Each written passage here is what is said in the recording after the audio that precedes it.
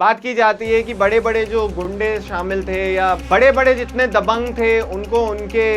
जगह से हटाया गया है, कुछ को मार दिया गया है, कुछ को जेल में बंद किया गया है। साथ ही साथ जो आप नंबर ऑफ बड़े राइट्स देखते थे, उन्होंने सरकार के ऊपर बहुत सारे इल्ज़ाम लगाए हैं, जिसमें सबसे ऊपर जो इल्ज़ाम आता है वो राम मंदिर के चंदा चोरी का आता है, जहाँ पे वो बात करते हैं कि राम मंदिर जितने बड़े प्रोजेक्ट में बीजेपी ने खुद ही जो है घोटाला कर दिया, उनके नेताओं ने खुद ही घोटाला कर दिया, और ये एक अहम जो है उनका टॉपिक बन जाता है। इसके अलावा उन्होंने सरकार को बाकी इश्यूज़ के लिए जो टारगेट किया है उसमें ये है, वो बताते हैं कि जब से योगी आदित्यनाथ की सरकार आई है तब से 20,000 से भी ज़्यादा स्कूल्स जो हैं वो यूपी में बंद हो चुके हैं। योगी आदित्यनाथ जो वहाँ के मुख्यमंत्री हैं उनको, और उनका ये मानना है कि जो उनके सरकार में डेवलपमेंट हुई है वो बाकियों की तुलना में कहीं ज़्यादा है। इसके लिए वो सबसे बड़ा जो एग्जांपल देते हैं वो देते हैं स्टेट ग्रॉस डोमेस्टिक प्रोडक्ट का, जहाँ पे वो बोलते हैं कि पिछले 10 सालों में, इनफैक्ट अभी बस 9 साल कंप्लीट हुए हैं, जिसमें यूपी में चुनावी बिगुल बच चुका है। अब इलेक्शन शुरू होने में मात्र 6 महीने का समय बचा है और वहाँ पे अब इलेक्शन की तैयारियां जोरों शोरों से आप देखेंगे तो चालू हो चुकी है। वहाँ पे ऑलरेडी जो बड़े नेता हैं वो पॉलिटिक्स करना उन्होंने शुरू कर दिया है, और कहीं ना कहीं अब तैयारियां आप देखेंगे पिछले कुछ दिनों से जो भी डेवलपमेंट्स हुए हैं उससे आपको समझ में आ जाएगा कि सारी पार्टियां जो है अब इस चीज़ की तैयारी में लगी हुई हैं कि इलेक्शन को कैसे जीता जाए, कौन इस बार इलेक्शन जीतेगा, क्या है जो यूपी में अहम मुद्दे हैं जिसके ऊपर जो इस बार इलेक्शंस जीते जाएंगे, और किस पार्टी ने अभी कैसी तैयारी शुरू की है, उसको जानने के लिए दोस्तों वीडियो के अंत तक जरूर बने रहिएगा।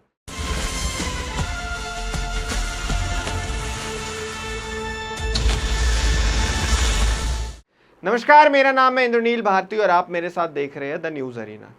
तो बात अब ये है, बिल्कुल साफ साफ स्पष्ट हो चुका है कि तैयारियां शुरू हो चुकी हैं। इलेक्शन जो है वो बस अब 6 महीने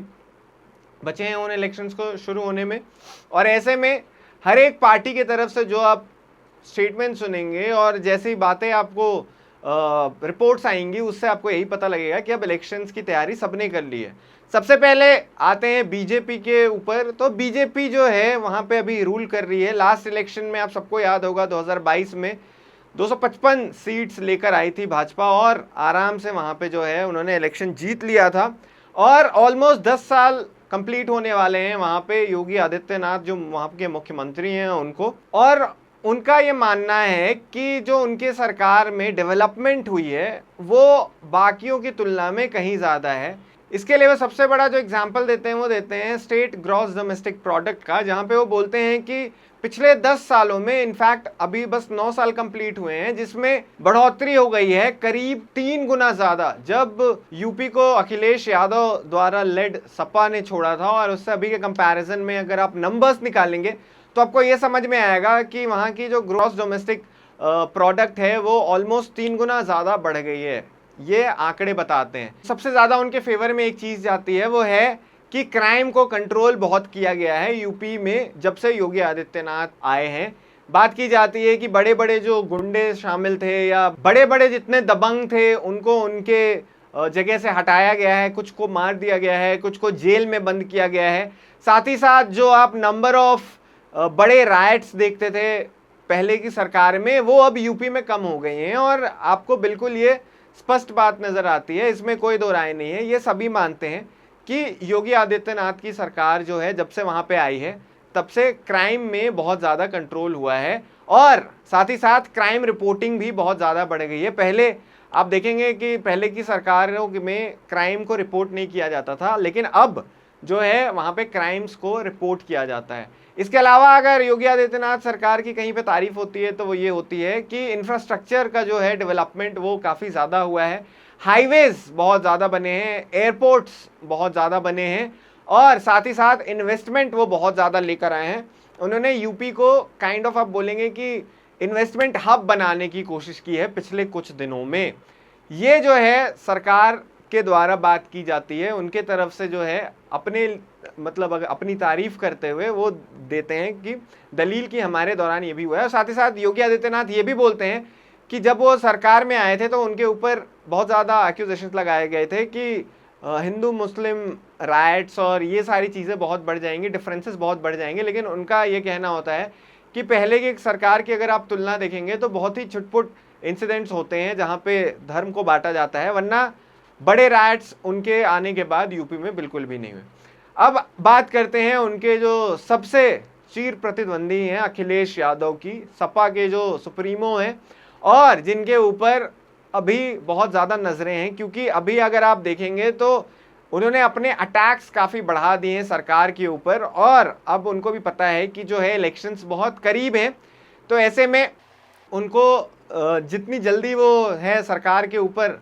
प्रहार कर पाएँ और चीज़ों को मतलब आप बोले कि टारगेट बना ले, अपना ऑडियंस गैदर कर ले, उसी चक्कर में उन्होंने हाल में एक स्टेटमेंट दिया था जहाँ पे वो ब्राह्मण समाज के लोगों को एड्रेस कर रहे थे और वहाँ पे उन्होंने पीडीए का फॉर्मूला जो है इस सपा के सरकार का उसको ही बदल दिया, जहाँ पे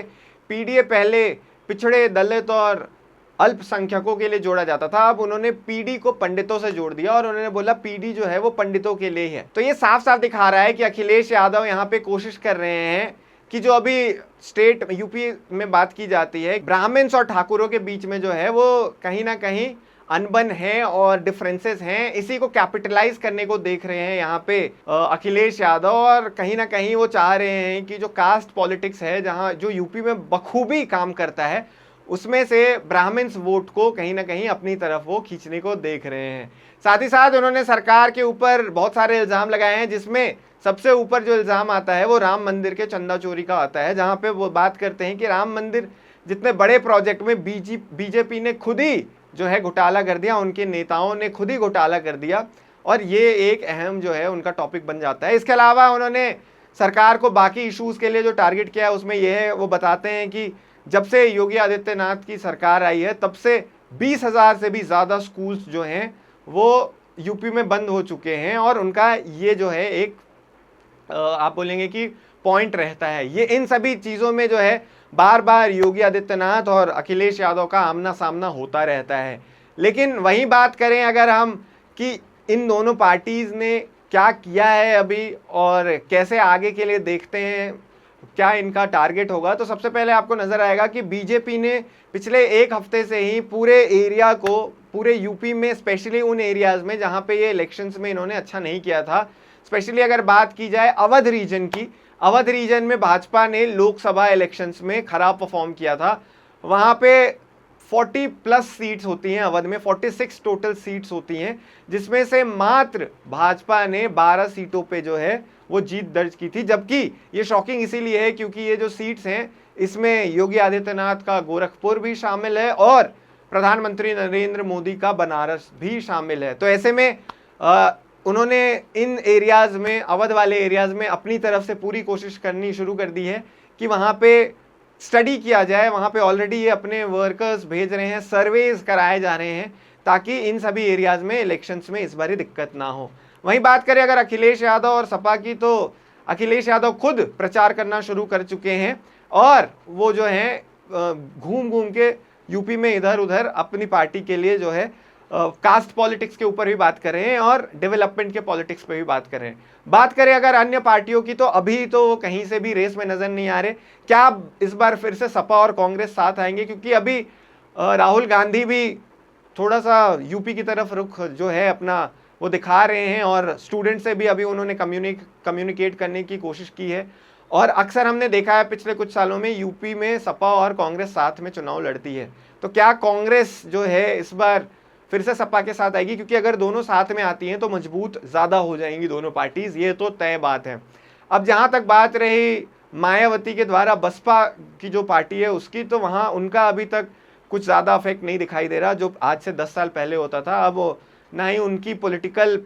आप बोलेंगे प्रोग्रेस इतनी बची है, ना ही वो ज़्यादा बहुत एक्टिव है पॉलिटिक्स में। तो ऐसे में बसपा को अभी लोग काउंट आउट कर रहे हैं, उनके फैक्टर को ज़्यादा नहीं समझा जा रहा है और जो लड़ाई वो दिखाई दे रही है वो साफ साफ भाजपा और सपा के बीच में दिखाई दे रही है। हम आपको आगे जाते हुए दोस्तों, ये अभी पहला हमने वीडियो बनाया है यूपी इलेक्शंस के ऊपर, आगे जाते हुए हम बहुत सारे यूपी के वीडियोज़ बनाएंगे, इलेक्शंस के वीडियोज़, जहाँ पर हम बताएंगे कि लेटेस्ट क्या चल रहा है, कौन से मामले जो हैं वहाँ फंसी हुई है बात, कौन से मामले पे सवाल सरकार से के ऊपर उठाए जा रहे हैं, कौन से मामलों पे जो है सपा फंसी हुई है। हम सभी मुद्दों पे बात करेंगे और हम आपको अपडेट्स जो है वो देते रहेंगे। फिलहाल अगर आपको वीडियो पसंद आया हो तो ज़रूर अपनी राय रखें, हमें बताएं कि आप और क्या देखना चाहते हैं इन वीडियोज़ में। अभी के लिए लाइक करें वीडियो को, चैनल को सब्सक्राइब करें, सबसे ज़रूरी बात द न्यूज़ अरीना को सब्सक्राइब करें।